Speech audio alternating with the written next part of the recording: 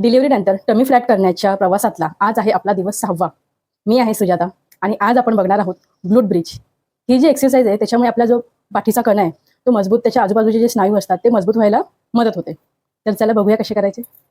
आपल्याला पाठीवर झोपायचे, पाय आपल्याला नेहमीप्रमाणे फोल्ड करायचे आणि आता आपण आपली जी कंबर आहे ती वरती उचलणार आहोत. ती वरती उचलताना आपला जो हा पार्ट असतो त्याला थोडंसं आतमध्ये खेचायचं, खेचून घ्यायचे आतमध्ये जेवढी आपण वरती उचलणार तेव्हा, आणि तोंडाने श्वास सोडायचा.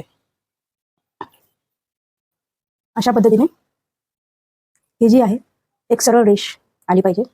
अजिबात असं खाली किंवा एकदमच असं वर असं नाही करायचंय. हे अशी पूर्ण एक लाईन व्यवस्थित आली पाहिजे. हात आपले असे राहणार आहेत खाली आणि हा जो आपला पोर्शन आहे खालचा त्याला आपल्याला खेचून घ्यायचा आहे जेव्हा आपण वरती करणार, आणि तोंडाने श्वास सोडायचा आहे. ठीक आहे. कंबर जेव्हा आपण खाली ठेवतो त्यावेळी ती पूर्ण जमिनीला टेकलेलीच पाहिजे. पोक वगैरे असं पोक नाही काढायचं, पोट वरती नाही घ्यायचं. कंबर जी आहे आपली ती खाली जमिनीलाच फ्लॅट पाहिजे. याचा आपण 10 काउंट करणार आहोत.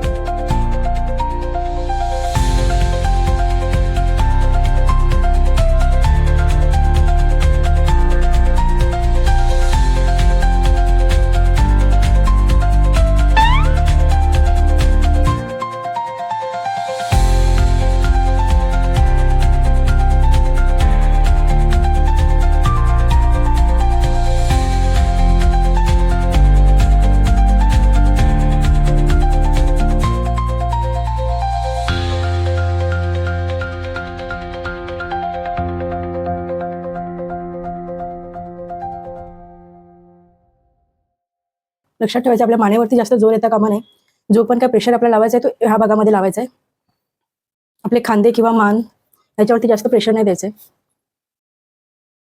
व्हिडिओमध्ये सांगितल्याप्रमाणे सगळ्या टिप्स फॉलो करायच्या आहेत. श्वास आपल्याला नेहमी ज्यावेळी कंबर वरती घेणार तेव्हाच सोडायचा आहे, त्यावेळी श्वास रोखून धरायचा नाहीये, आणि श्वास पूर्ण सोडल्यानंतरच ती कंबर म्हणजे वरती झाली पाहिजे.